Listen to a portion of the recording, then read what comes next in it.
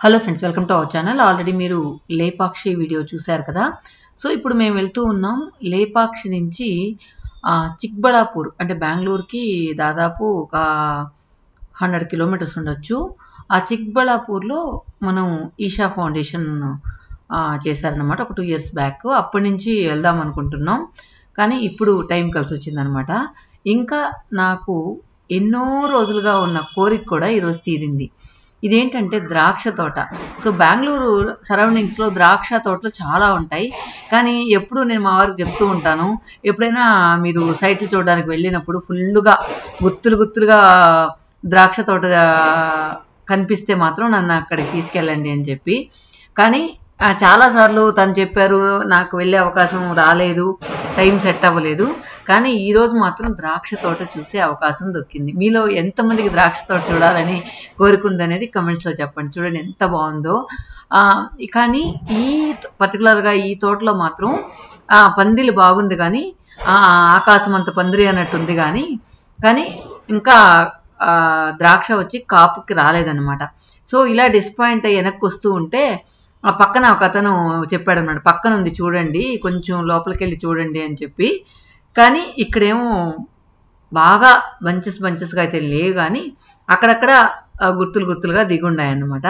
కానీ ఈ రైతుకి పాపం బాగా పంట నష్టం అని చెప్పచ్చు. ఒక్కొక్క బంచ్లో కూడా చాలా వరకు కుళ్ళిపోయి ఉన్నాయి, కానీ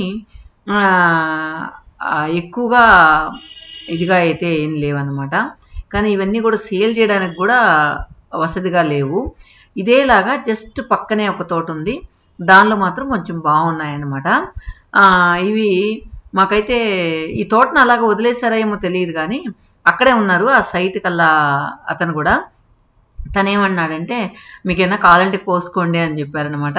సో మేమేదో కొద్దిగా తీసుకున్నాము. కానీ నాకైతే ఇవన్నీ చూడంగానే చాలా ఆనందం వేసింది. అంటే చాలా రోజులుగా చూడాలనుకునేది ఇప్పుడు చూడడంతో చాలా హ్యాపీ అనిపించింది.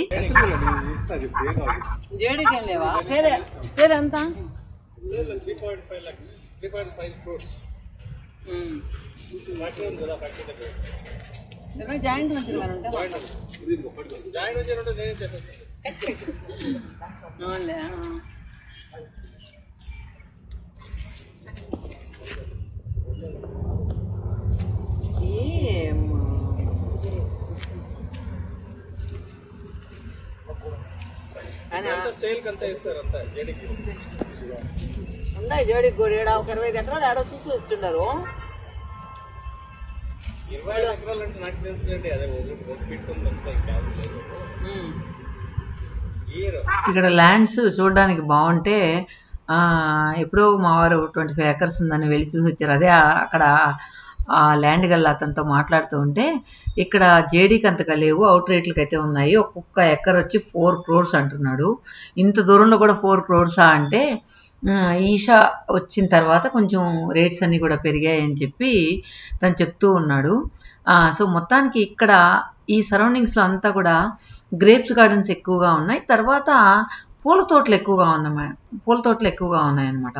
అంటే చామంతులు, తర్వాత రోజ్ ఫ్లవర్స్. ఆ రోజులో కూడా ఏంటంటే మామూలుగా చిట్టి రోజాలు ఎక్కువ ఉన్నాయి. తర్వాత చామంతుల్లో కూడా చాలా రకాల చామంతులు ఉన్నాయన్నమాట. కానీ ఇక్కడ ఈ భూమికి ఎక్కువగా వీళ్ళు పంట మన పక్క వేసినట్టు మిరప, వేరుశనగ అట్లాంటివి తక్కువగా ఉన్నాయి. ఇవి ఎక్కువగా ఫ్రూట్స్, వెజిటబుల్స్, ఫ్లవర్స్ అవి ఎక్కువగా వేస్తూ ఉన్నారనమాట. సో మొత్తానికి నా కోరిక అయితే తీరింది. ఇప్పుడు మనం వెళ్తూ ఉన్నాం ఈషా దగ్గరికి, ఆదియోగి చూడ్డానికి. ఇది ఆల్రెడీ మనం కోయంబత్తూరు వెళ్ళినప్పుడు కూడా నేను ఎక్స్ప్లోర్ చేశాను. ఇక్కడ చిక్బళాపూర్లో పెట్టి కూడా 2023లో అనుకుంటా స్టార్ట్ చేసింది, ఒక 2 years అవుతుంది. కానీ వీళ్ళు భలే సెలెక్ట్ చేస్తారబ్బా. లొకేషన్ మాత్రం చూడండి, చుట్టూ కొండలు, మధ్యలో ఈ శివుడి విగ్రహం అన్నమాట. చాలా ప్రశాంతంగా చాలా బాగుంటుంది. కాకపోతే మేము వెళ్ళిన టైము అప్రాక్సిమేట్గా 4-4:30కి వెళ్ళి ఉంటాము. ఇంకా ఎండ ఉందన్నమాట. ఎండగాని లేకుండా లైట్గా మొబ్బేసుకొని లేదా ఈవినింగో లేదా మార్నింగో చూస్తే మాత్రం ఇంకా లొకేషన్ అదిరిపోతుంది. చాలా బాగా అనిపించింది అనమాట. ఆ పర్టికులర్గా ఆ లొకేషన్లో కొద్దిసేపు ఉన్నా చాలు అనిపించేలా ఉంది. ఇంకొకటి ఏంటంటే ఇక్కడ చాలామంది ఎంట్రీ ఫీజు ఉందా అది ఇది అని డౌట్స్ అడుగుతూ ఉంటారు. కానీ ఇక్కడ ఏం ఎంట్రీ ఫీజు అయితే ఏం లేదు. జస్ట్ మామూలుగా వెళ్ళడమే. ముందేమో ఇట్లా మనకు ధ్వజస్తంభం లాగా శివుడి ఆయుధం ఉంటుంది. తర్వాత లోపలికి వెళ్ళంగానే చాలా దూరంలో ఇది ఏమంటారు, నంది అంటారా ఏమంటారు దాన్ని? నంది కాదు, ఏంటో మీరే చెప్పండి. ఈ విగ్రహం ఆల్మోస్ట్ కోయంబత్తూరులో ఉన్నలాగే ఉంది. కానీ చెవి పోగులు మాత్రం కోయంబత్తూరులో రౌండ్గా ఉన్నాయి, ఇక్కడ మాత్రం కొద్దిగా డిజైన్ వేసినారు. తర్వాత ఏంటంటే ఇక్కడ ప్రతిరోజు కూడా ఈవినింగ్ లేజర్ షో వేస్తారంట. ఈ శివుడి విగ్రహం మాత్రం చాలా బాగా హైలైట్ అవుతుంది ఆ టైంలో. ఈ ఎండ వల్ల సరిగా నేను షూట్ చేయలేకపోయాను, ఎందుకు ఒకలాగా కంఫర్ట్ లేకుండా ఉందన్నమాట. ఇంకా కొద్దిగా పనులు జరుగుతూ ఉన్నాయి. మోస్ట్లీ ఇక్కడ యోగా సెంటర్స్ అవన్నీ కూడా పెడతారేమో కోయంబత్తూరులో లాగా. కానీ ఇంకా జస్ట్ శివుడి విగ్రహం తర్వాత జస్ట్ ఆ ఓపెన్ ల్యాండ్ అంతా కూడా బాగా డెవలప్ చేస్తున్నారనమాట. సో ఒక్కసారి మీరు అదంతా కూడా చూసేయండి ఎలా ఉంది అనేది.